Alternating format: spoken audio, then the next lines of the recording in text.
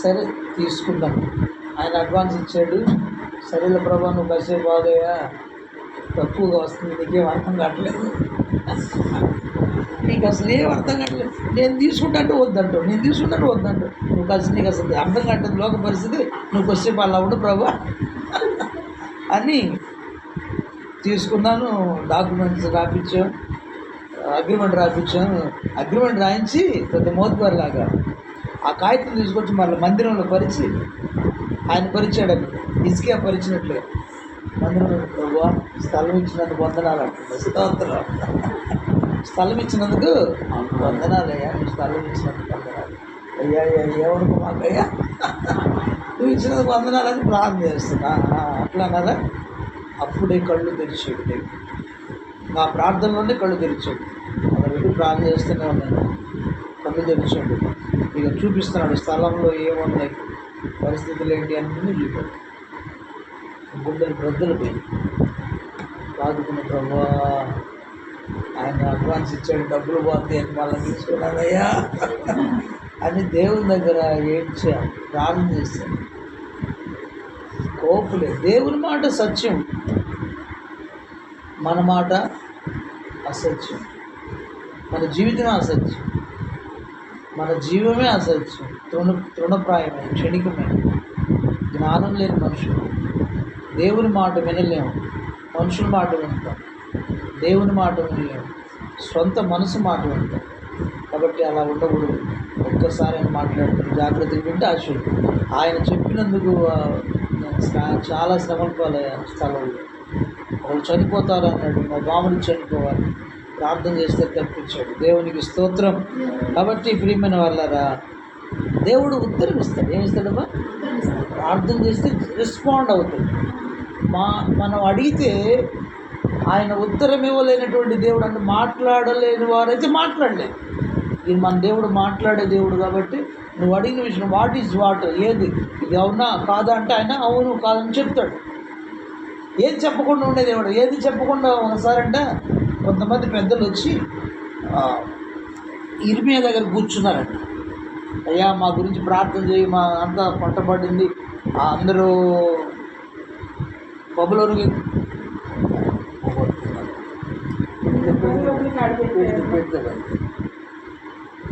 అందరినీ బానిసలుగా తీసుకెళ్ళాడు ప్రభా, ఇంక మా స్థితి ఏందని అడుగుతున్నారు. ఇర్మియా దగ్గరికి వచ్చి దేవుని ప్రార్థన చేయంటున్నారు. ప్రవక్త ఇర్మియా దగ్గరికి వీళ్ళు వచ్చి ప్రార్థన చేస్తే 10 రోజులు కూడా మాట్లాడలేదండి. ఇర్మియా అనే పెద్ద ప్రవక్త, డైరెక్ట్గా మాట్లాడతాడు స్వరం ద్వారా ఇర్మియాలో. అలాంటి ప్రవక్తకి ఈ విషయం అడుగుతుంటే 10 రోజులు రెస్పాండ్ ఇవ్వడం, 10వ రోజు మాట్లాడాడు. అట్లాగా ఒక్కోసారి ఆయన లేట్ చేయొచ్చు. అయినా అదే కనిపెట్టుకొని దేవునికి మొరపెట్టడం, ఇచ్చిన దాకా మొరపెట్టాడు, అప్పుడు ఆయన రెస్పాండ్ అయ్యి విషయం చెప్పాడు. అలా మనం కూడా ఒక విషయాన్ని దేవుని దగ్గర ఆపదలు వచ్చినప్పుడు భయపడకుండా ఆ ఆపద విషయంలో దేవుని దగ్గర మొరపెడితే ఆయన మాట్లాడి ఆపదలు తీసేస్తానని మాట. దేవునికి స్తోత్రం. ఉత్తరం ఇచ్చే దేవుడు. మనం ఆ ఉత్తరం ఇచ్చే ఆయన ఉత్తరం ఇచ్చేంతవరకు మనం కనిపెట్టుకుని ఉండాలి. ఒకటి. రెండవది, ఆయన చెప్పినప్పుడు మనం వినాలంటే వినగానే చెవులు ఉండాలి. ఏముండాలి?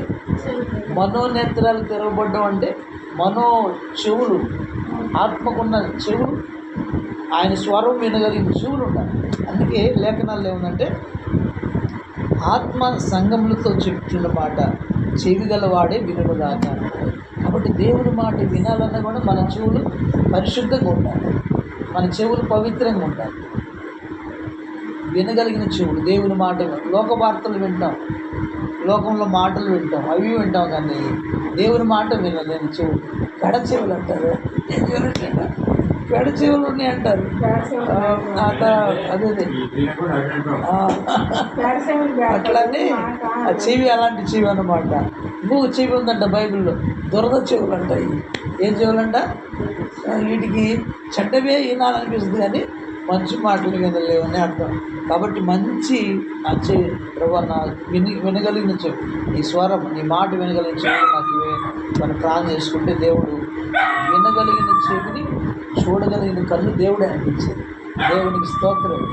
చూడగలిగిన దేవుని చూడగలిగిన కన్ను, మంచిని చూడగలిగిన కన్ను, వినగలిగిన చెవి దేవుడే ఇస్తాడు. దేవునికి స్తోత్రం. చూపించమంటావా ఆ మాట? యెషయా గ్రంథంలో ఉంది. ఒకటి చూపించి నేను ముగిస్తాను.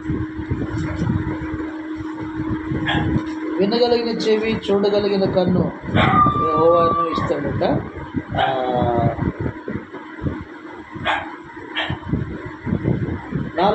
యెషయా గ్రంథం 50:4 అలసిన వానిని మాటల చేత ఊరించు జ్ఞానం నాకు కలుగునట్లు శిష్యునికి తగిన నోరు యెహోవా నాకు దయచేసి ఉన్నాడు. శిష్యులు విన్నట్లుగా నేను వినుటకై ఆయన ప్రతి ఉదయమున నాకు వినుబుద్ధి పుట్టించుచున్నాడు. 5వ వచనం ప్రభువు యెహోవా నా చెవికి వినిబుద్ధి పుట్టింపగా నేను ఆయన మీద తిరుగుబాటు చేయలేదు, వినకుండా నేను తొలగిపోలేదు. దేవునికి మహిమ కలుగును గాక. స్తోత్రం చెప్పండి. యెషయా గ్రంథం 50వ అధ్యాయము 4-5 వచనాలమ్మా.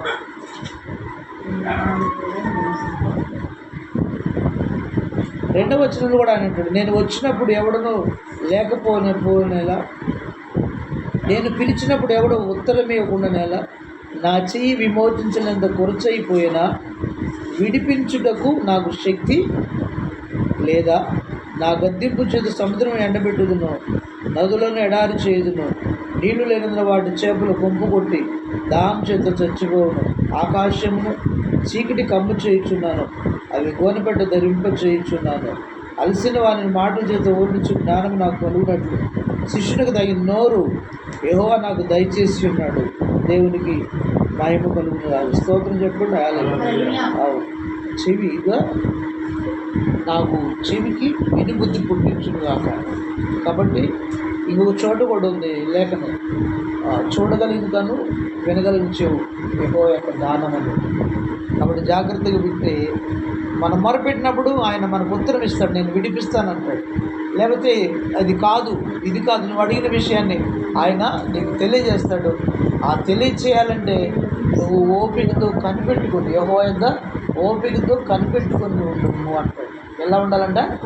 ఓపికతో కనిపెట్టుకుని ఉండాలి. ప్రార్థన చేసి అంటే ఒకసారి నాకు ఎవరో ఇట్లా దైవజనుడు చెప్పాడు,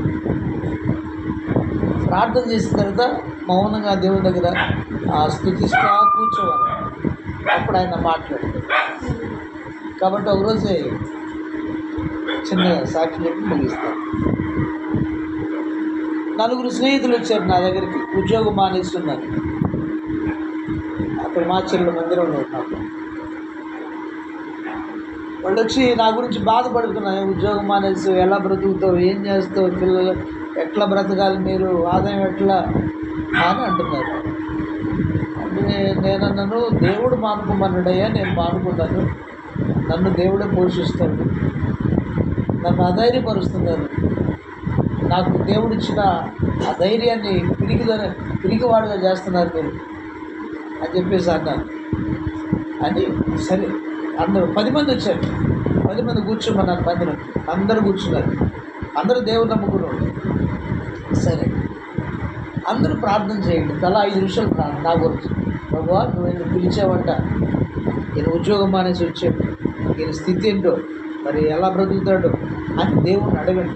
తలా 5 నిమిషాలు, ఒక్కొక్కరు 5 నిమిషాలు చేస్తాడు. 15 గంట 50 నిమిషాలు, నేను ఒక 10 నిమిషాలు చేశాను. చేసిన తర్వాత అందరూ చేశారు, మౌనంగా ఉన్నాను. నేను ప్రార్థన చేసిన తర్వాత అన్నాను, దేవుడు మీతో ఎవరన్నా దేవుడు మీతో మాట్లాడా? ఈ 10 మందితో ఇంతసేపు ప్రార్థన చేశారు కదా, ఎవరితోనన్నా మాట్లాడు. ఇప్పుడు 10 మందిలో ఒకరు ప్రార్థన చేస్తుంటే ఈ 9 మందిలో ఎవరితోనన్నా దర్శనం ఇస్తాడు, అది మాట్లాడే విధానం. ఎవరితోనన్నా మీరు మాట్లాడిన వాళ్ళకి అనుభవం ఉందా? లేదు. అరే మాట్లాడుతాడా? అతను మాట్లాడలేదా? మరి ప్రార్థన చేశారు కదా, అడిగారు కదా ఆయన్ని, మరి ఆయన ఉత్తరం ఇచ్చే దేవుడు, మాట్లాడే దేవుడు కదా, మీతో మాట్లాడాలి కదా, ఎందుకు మాట్లాడలేదు అని. సరే ఇంకొక 5 నిమిషాలు కూర్చోండి, ఒక 5 నిమిషాలు కూర్చొని అందరూ మౌనం కూర్చొని నేను ప్రార్థన చేస్తాను, మీతో మాట్లాడమని ప్రార్థన చేస్తాను అని చెప్పేసి ఒక్క 10 నిమిషాలు ప్రార్థించు ప్రభువా, వీళ్ళు నన్ను అధైర్యపరుస్తున్నారు నా మీద ప్రేమతో. ఉద్యోగం మానేస్తే ఎలా బ్రతుకుతాడనే ప్రేమతో, లేకపోతే నీవు సేవకు పిలిచావు, ఆ పిలుపు విషయం వాళ్ళకి తెలియదు కాబట్టి వాళ్ళు బాధపడుతున్నారయ్యా, నా గురించి వాళ్ళకి తెలియజేయ ప్రభు అని ప్రార్థిస్తాను. ఒక 10 నిమిషాలు నేనేమవుతాను, నా స్థితి ఏంటో ఒక్కసారి వాళ్ళతో మాట్లాడు ప్రభు అని ఈ 10 నిమిషాలు మౌనం కూర్చొని స్తుతించండి, స్తోత్రం స్తోత్రం అనండి అన్నారు. వాళ్ళే స్తుతిస్తూ ఉన్నారు. నేను చిన్న ప్రార్థన చేస్తాను. ఒక 5 నిమిషాలు మౌనంగా అలా కూర్చున్నాను. నన్ను ఒక 5-10 నిమిషాలు అలా కూర్చున్నాను. స్తోత్రం ఆమేనన్న. నేను క్లోజ్ చేసేటాను. మీతో అంత మాట్లాడాడు దేవుడు అన్న. మాకేం కనపడలేదు అంటారు. అవి చూడాలన్నా చూసే నేత్రాలు ఉండాలి ఆయన. దర్శనం చూడాలన్నా చూచే నేత్రాలు ఉండాలి. సరే, రెండవది అన్నాను. అనేళ్ళకి ఒక అతను అంటున్నాడు, ఐజయా నాకు కనిపించింది 20 నిమిషాలు చూస్తున్నాను నేను ఇంతవరకు నాకు విజన్ అంటే తెలియదు, దర్శనం అంటే తెలియదు, దేవుడు మాట్లాడుతున్నాడని నాకు తెలియదు. నేను మాత్రం అర్ధగంట చూశానయ్యా. స్క్రీన్ మీద చూసినట్టే చూస్తున్నా, నా కన్నులు అంతా చూస్తుంది అంటున్నాడు. స్తోత్రం ప్రభు అంటున్నాడు. విషయాన్ని కొందనాలయ్యా, ఏం చూసావు చెప్పమన్నా. అప్పుడు చెప్తున్నాడు, అన్నా నువ్వు కుర్చీ వేసుకొని కూర్చున్నావన్నా, నీ చుట్టూరు అందరు సేవకులు తెల్లని వస్త్రాలు వేసుకొని కూర్చున్నారన్నా, పెద్ద కుర్చీ వేశారన్న నీకు, ఆ కుర్చీ మీద కూర్చున్నావు, అందరూ ఒక 100 మంది చాలామంది సేవకులు నిలబడి ఉన్నారన్నా అన్నాడు. ఆ తర్వాత ఈ ప్రక్కన తెల్లని వస్త్రాలు వేసుకున్న ఫారినర్ లాగా 2 దేవదూతలు ఉన్నారన్నా, పెద్దగా ఉన్నారన్న, నిన్ను కూర్చోబెట్టారన్న, వాడు నిలబడి ఉన్నారన్న. స్తోత్రం వేసారు. ఇలాంటి ఇంకా అర్ధగంట సేపు చూస్తారు. చాలామంది పెద్ద కాలేజీ అంట, ఇంజనీరింగ్ కాలేజీలు అంటే ఆ కాలేజీలో అందరూ అటు ఇటు తిరుగుతూ ఉన్నారంట, ఆ భోజనం చేస్తూ ఉన్నారంట. అవన్నీ ఇంకా చాలా కనపడ్డాయి అన్నాను. స్తోత్రం వేసే. అప్పుడు మళ్ళీ చిన్న ప్రార్థన, అదిగా నా పిలుపు, నా ఏర్పాటు అదయ్యా. చూసారు, మీ అందరు కనపడిపోయినా మీ అందరు కనిపించిపోయినా ఒక్కరికి చూపించాడంటే అది మీరు నమ్మాలయ్యా. దేవుడు పిలుస్తూ వచ్చాను సేవ. లేకపోతే అంత జీతం పోగొట్టుకొని ఇన్ని కష్టాలు అనుభవించడానికి ఎవరు రాడు అన్న ఆయన పిల్లవాళ్ళు ఏర్పాటు చేయాలి. కాబట్టి అప్పుడు ధైర్యం ఇస్తాడు. కరువైన కఠినమైన ఆయన ధైర్యం ఇస్తాడు, సమృద్ధి ఇస్తాడు. ఆయన దర్శనాలు ఇస్తుంటాడు, రోజు బలపరుస్తుంటాడు అయ్యా. అదయ్యా సేవ. అందువల్ల నేను వచ్చాను. పొరపడ్డాం బ్రదర్ అన్నారు. నా కోసం మీరు నన్ను పిరికివాటి చేయాలని వచ్చారు. కానీ ఒక సేవకుడికి వెళ్తుంటే సేవకుని సపోర్ట్ చేయాలి, ధైర్యపరచాలి అని చెప్పేసి నేను చెప్పిన తర్వాత ప్రార్థిస్తే వెళ్ళిపోయాను. దేవుని స్తోత్రం. దేవుడు ఈ మాటలు అంటే దాని అర్థం ఏంటంటే, మనం అడిగితే ఆయన మనకు ఉత్తరం ఇస్తాడు. అది విషయం, అర్థమైందా? ప్రార్థనలో మనం మొరపెడితే ఉత్తరం ఇస్తాడు. గంట ప్రార్థనలో ఎంత గొప్ప విషయం ఇచ్చే. నాకైతే ఆనందం ప్రభా, స్తోత్రం ఉన్నాయని మంచిగా మాట్లాడాడు ప్రభు, ఈ వందనాలయాన్ని స్థుతులు చెల్లించాను. కాబట్టి ఉత్తరం ఇచ్చు దేవుడు. ఆపదలలో మనం మొరపెడితే మనకు ఉత్తరం ఇస్తాడు, విడిపిస్తాడు. ఉత్తరం ఇవ్వటమే కదండి, శ్రమలలో నేను అతనికి తోడై ఉంటాను, అతన్ని విడిపిస్తాను, అతను నన్ను మహింపరుస్తాడని మాట. ఆపదలు వచ్చినప్పుడు దేవుని దగ్గర మొరపెట్టాలి. ఆయన తన కృప చూపిస్తాడు. ఏం చూపిస్తాడమ్మా? కృప చూపిస్తాడు. కృప. కాబట్టి మొరపెట్టడం మన వంతు. మొరంటే ప్రార్థనకు మించినది. దేవుడు రెస్పాండ్ అయ్యేంత వరకు, దేవుడు మనతో మాట్లాడేంత వరకు, అది తీసేసేంత వరకు, ఆ సమస్యను తొలగించేంత వరకు మనం మొరపెడితే అప్పుడు ఆయన కృపాతిశయం చూపిస్తాడు. ఏదో కన్సల్ట్ చేసి వెళ్ళటం, ఏదో ప్రార్థన చేసావు, నేను చేశాను కదా అనుకుంటాం. చిన్న ప్రార్థనకి జవాబిస్తాడు. అవసరమైతే పట్టుదలగరు మొరపడి. అర్థమైనా? యాకోబు రాత్రి అంతా పాదాలు పట్టుకొని మొరపెట్టాడంట. పెనుగులాడాడట. అప్పుడే ఆయన వచ్చాడు. అలా మనం కూడా ప్రార్థన చేస్తే తప్పకుండా మన సమస్యలను తొలగిస్తాడు, మన దీవెనలు ఇస్తాడు. దేవుడి మాటలు మనం దీవించును గాక. ఆమె చెప్పండి. ఆమె